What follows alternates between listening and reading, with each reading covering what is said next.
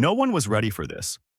One day, the auto industry was locked in its endless EV turf war, fighting over charging times, battery chemistries, and who could shave a minute off a recharge.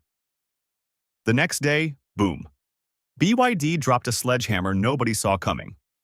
Out of thin air, they unveiled the world's first mass-market hydrogen combustion car under $30,000.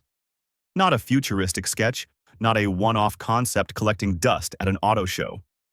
A real production-ready machine that can go 550 miles on a single hydrogen fill, outpacing most premium EVs and even some gas sedans. And the way they sprung it was pure corporate theater. No leaks, no whispers, not even a hint. Even the "I always know first" analysts were left standing in silence. If you're ready for the real story the media isn't telling, hit that like button, subscribe, and turn on notifications because in the next 10 minutes you're about to witness the biggest automotive upheaval. The CEO didn't mince words. Standing on stage, he called it the final nail in the EV dominance era, sending a chill through boardrooms from California to Stuttgart. Within hours, BYD's stock price exploded, adding $6 billion in market value almost overnight. The market wasn't just reacting to a flashy headline. It was responding to a seismic shift in the economics of clean transport. And when the first technical details came out, jaws dropped further. This wasn't just a hydrogen car, it was a new breed of combustion technology. The heart of it is BYD's proprietary dual-phase hydrogen injection system, a setup that squeezes 30% more efficiency out of each gram of hydrogen than previous designs. Paired with lightweight alloys that cut engine mass by 18% compared to a standard ICE, the powertrain feels less like a science project and more like a precision-engineered weapon. To solve one of hydrogen's biggest challenges, heat loss, BYD integrated a dedicated hydrogen cooling system. This keeps performance consistent even in brutal climates, meaning whether you're crawling through a 110-degree Fahrenheit Los Angeles traffic jam or hammering down a frozen highway in Harbin, the output doesn't fade. And at the tailpipe, nothing but water vapor. The only smoke you'll see is the mist of evaporating H2O under the right lighting. But they didn't stop there. The setup includes a fuel cell hybrid assist, giving the driver a boost of instant electric torque during acceleration while letting the hydrogen engine do the heavy lifting at cruising speeds. For years, hydrogen cars were a luxury curiosity. The Toyota Mirai and Hyundai Nexo were engineering showcases, but with sticker prices north of $60,000, they never stood a chance in the mainstream. BYD has smashed that barrier. They didn't just build a hydrogen car, they built it at a price point that forces you to rethink the future of cars conversation entirely. How? Mass production muscle. BYD is leveraging its Shenzhen and Changsha plants, factories already optimized for scale, to pump these out at costs no competitor can touch. The hydrogen tanks themselves are not just repurposed tech. They've passed the latest UN crash safety standards, surviving extreme pressure tests and direct impact scenarios without compromise. And if you think refueling is the bottleneck, think again. 5 minutes. That's all it takes to go from empty to a full 550-mile tank. For anyone used to EV charging times, even on the fastest superchargers, that number is hard to ignore. The comparison game is brutal for the competition. This BYD undercuts the Toyota Mirai by tens of thousands while delivering more range and faster refueling. It's cleaner than gas, faster to fill than an EV, and cheaper than any hydrogen car before it. Whether you're a weekend driver, a fleet manager, or a hardcore gearhead, the message is the same. The rules just changed, and BYD is playing a different game. But here's the twist. BYD knows speed means nothing without somewhere to fill up. That's where most hydrogen dreams have died, and they're not about to let that happen. So instead of waiting for infrastructure to magically appear, they went straight to the source. They locked arms with Sinopec, China's state-owned energy giant, to launch U200 hydrogen refueling stations by 2027. Not scattered vanity projects, these are strategically placed across major corridors, making cross-province travel seamless. These aren't your average pumps either. Each station is tied into a renewable-powered hydrogen production system. Think solar farms in the south and wind fields in the north, feeding electrolyzers that split water into pure hydrogen, then store it on site. That's a massive cost cut right there.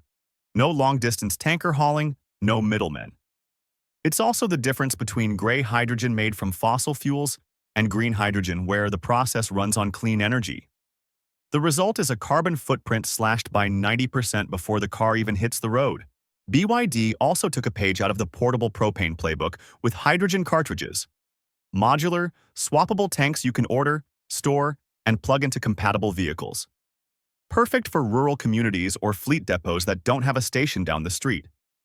It's a signal that they're thinking beyond urban drivers and into logistics, agriculture, and remote industries where EV charging just doesn't fit. And they're starting where adoption will be fastest. Guangdong, Shanghai, and Beijing. Dense, high-income regions with both the demand and the political push to make hydrogen work. Inside the industry, this move didn't land like a quiet announcement. It hit like a thunderclap. Toyota and Hyundai, the two automakers most invested in hydrogen tech before BYD, immediately called emergency board meetings. They've been running at the higher end of the market with vehicles like the Mirai and Nexo, but suddenly their price point looks like a luxury tax. European automakers, meanwhile, are staring at a map of the EU's hydrogen station rollout and realizing they're years behind in coverage. And it's not just car makers feeling the heat. Tesla has quietly been preparing its Semi for long-haul dominance, where fast refueling matters more than anything. And this tech threatens to undercut its biggest advantage in trucking. The oil industry is playing defense, quietly lobbying regulators to slow hydrogen adoption in key markets, framing it as unproven despite decades of industrial use. Even battery material suppliers are spooked. If hydrogen goes mainstream, demand for lithium, cobalt, and nickel won't just slow. It could flatten in some vehicle segments, hitting the mining and refining sectors hard. Here's the part that stings for BYD's rivals. This isn't just a tech win, it's an economic masterstroke. BYD's vertical integration is the envy of the industry. They don't just assemble cars. They make their own batteries, motors, and now hydrogen engines in-house. That's fewer suppliers, less markup, and total control over quality and cost. Then there's the fuel deal. BYD has already signed bulk hydrogen contracts, locking in a sub-$3 per kilogram price for the next 5 years. That's not just competitive with gasoline. In some markets, it's cheaper. Add in China's aggressive hydrogen subsidies, roughly $4,000 per car, off the sticker for early adopters. And suddenly that $30,000 price tag starts making perfect sense. They've also played the localization card by sourcing the majority of parts domestically. BYD avoids the import tariffs that hammer foreign competitors trying to sell into China. It's a double advantage: low production cost at home and an easy path to high-margin exports abroad. Speaking of exports, the plan is already in motion. Southeast Asia first, where many countries have open trade with China and growing urban centers hungry for clean transport.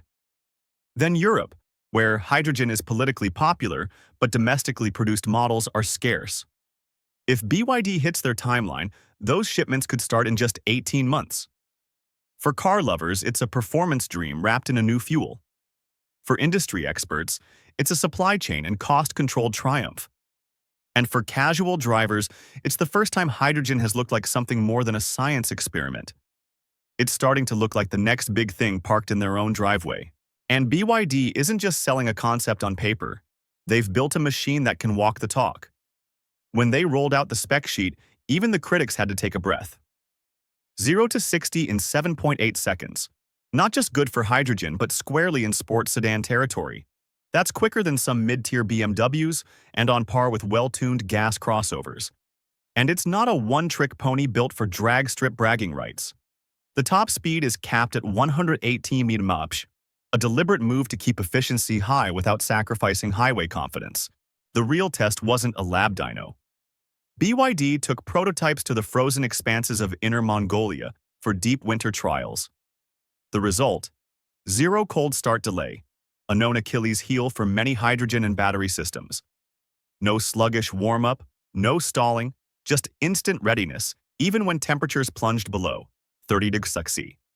Torque enough to rival a diesel SUV on a steep incline thanks to the hybridized fuel cell assist feeding that extra burst of power right when you need it.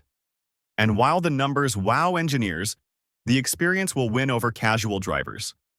The hybrid system smooths delivery so well that the car is whisper quiet even at full tilt, making long drives almost surreal.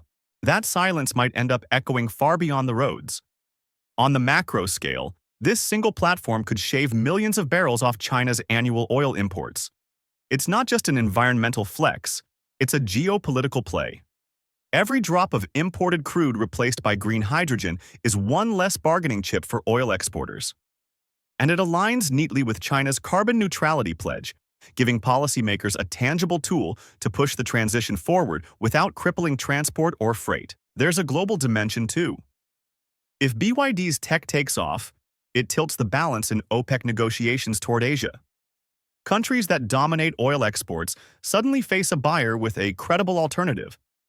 And that's not even counting the patent portfolio BYD is sitting on. Innovations in injection systems, tank safety, and hybrid integration that could become a global licensing goldmine. Licensing hydrogen tech to foreign automakers could be as profitable as selling the cars themselves. Europe, sensing the shift, may finally stop dragging its feet and fast-track hydrogen infrastructure to avoid being left behind. For everyday drivers, the appeal goes beyond politics. It's in the day-to-day convenience. Forget the long charging sessions that plague EV owners. Hydrogen fueling is over in 5 minutes, and you're back on the road for another 550 miles. And unlike battery production, which is tied up in lithium, cobalt, and nickel mining, hydrogen power sidesteps those supply chain choke points entirely. That means fewer price spikes when a mine floods in South America, or a cobalt shipment gets caught in a trade dispute. There's also a hidden advantage in energy management. EV charging at scale puts massive strain on power grids during peak hours. Hydrogen doesn't pull directly from the grid when you're at the pump. Instead, it can be produced and stored during off-peak times, soaking up excess solar at midday or surplus wind power at night, then dispensed whenever it's needed. That's a dream scenario for grid operators and renewable energy planners, a buffer that smooths the spikes and dips of clean power generation. And because you can store hydrogen indefinitely without the energy loss of a battery, BYD's platform opens the door to clean transport in regions with weak or unstable grids. Think rural Africa, remote Australian mining towns, or island nations where diesel generators currently run the show. A small-scale electrolyzer paired with solar panels can produce enough hydrogen locally to keep vehicles moving without touching a centralized power grid. From backroad climbs to backroom negotiations, from a silent cabin to the silent shake in oil markets, this isn't just a car that drives differently. It forces the whole system around it to rethink what's possible in performance, in politics, in infrastructure. It's engineered not just to run, but to ripple. And once that realization hit the public, the market's response was immediate. The first 24 hours after BYD's reveal looked less like a car launch and more like a tech stock frenzy. Within a single day, reservations in China blasted past 50,000 units. These weren't just hobbyists or early adopters looking for bragging rights. The interest came from every corner of the market. Taxi and rideshare companies, in particular, lit up the order books. For them, a 550-mile range with 5-minute refueling isn't a novelty. It's operational gold. No downtime waiting for a battery to charge means more fares, more income, and less fleet rotation. Even in rural areas where EV charging is often a pipe dream, the reaction was immediate. Farmers saw the portable hydrogen tanks as a game changer. Clean fuel they can store on site without building a massive power connection for agricultural vehicles, pickups, and even generators. The idea of having a swappable, self-contained fuel source without diesel fumes has clear appeal. And while the automotive press tried to find historical parallels, most online commentators landed on the same comparison: the Ford Model T moment. Just as Ford made the automobile accessible to the masses in the early 1900s, BYD was being painted as the company making hydrogen accessible to everyone. The buzz wasn't confined to China's borders. Fleet operators from Japan and the UAE rushed in with bulk orders. In Japan, the tech fits neatly into an already hydrogen-friendly transport policy. While in the UAE, where fuel is plentiful but sustainability optics matter, hydrogen vehicles give governments and businesses a clean energy badge without a total infrastructure overhaul. But beneath the excitement, the reality check set in. Outside Asia, hydrogen infrastructure is still patchy at best. In the US, only a handful of states have public hydrogen stations, and in much of Europe, the network is concentrated in just a few high-income countries. Rolling out a global fleet without matching fuel availability is like selling smartphones in cities without cell towers. Then there's the maintenance factor. High-pressure hydrogen tanks are safe in operation, but they require specialized checks that most local mechanics aren't yet trained to perform. The bigger environmental picture isn't spotless either. Globally, the majority of hydrogen is still produced using natural gas, so-called gray hydrogen, which undermines the clean narrative. BYD's commitment to green hydrogen works in China's context, where renewable infrastructure is scaling rapidly. But in regions without that backbone, the emissions benefit can shrink unless green production is prioritized. And then there's the human factor, perception. Western markets remain cautious with lingering safety misconceptions rooted in outdated incidents and Hollywood explosions. Hydrogen's track record in modern transport is strong, but changing public opinion takes time and education. On top of that, Toyota and Hyundai, the old guards of hydrogen, aren't sitting still. Both have the manufacturing capacity and R&D budgets to respond quickly. And if they push upgrades into their existing models, BYD could find itself in a tech leapfrog race sooner than expected. Still, BYD isn't building this for a single product cycle. They're clearly playing the long game. Their hydrogen engine architecture wasn't designed just for cars, it's scalable. Plans are already on the table for buses, long-haul trucks, and even rail locomotives, sectors where battery electric solutions face serious weight and charging limitations. Moving freight over thousands of miles without massive battery packs could make hydrogen the king of heavy transport, and BYD is angling to be first in line. The geopolitical strategy is just as ambitious. China is actively talking with African and South American governments about infrastructure partnerships, positioning hydrogen not just as a product, but as a soft power export. Instead of selling just the vehicles, BYD could package entire hydrogen ecosystems, generation, storage, and distribution, as turnkey projects for developing nations. It's a win-win. These countries leapfrog fossil fuel dependency, and BYD secures decades of market loyalty. There's also a regulatory ripple effect brewing. As hydrogen becomes viable for everyday use, BYD's patents and engineering breakthroughs could shape 2030 automotive regulations in ways that favor hydrogen over purely battery electric solutions. If governments start recognizing hydrogen engines as a primary zero-emission category on par with EVs, it could open massive incentives and tax breaks for buyers, further tilting the market. Industry analysts are already framing the moment in historic terms. One comparison keeps surfacing. This is the iPhone moment for hydrogen vehicles. Just as Apple didn't invent the smartphone but redefined it in a way that made every competitor scramble to catch up, BYD has taken an existing but niche technology and packaged it in a form, price, and infrastructure plan that makes it suddenly irresistible. It's not the first hydrogen car, but it may be the first one that people can realistically imagine owning. And that's the shift that changes everything. From cab drivers in Beijing to policymakers in Brussels, from farmers in rural Henan to freight operators in Dubai, this launch is forcing everyone to ask the same question. If hydrogen can finally be clean, cheap, and as convenient as gas, why stick with anything else? The answer isn't just about cars. It's about rewriting the fuel playbook for the next generation of transport.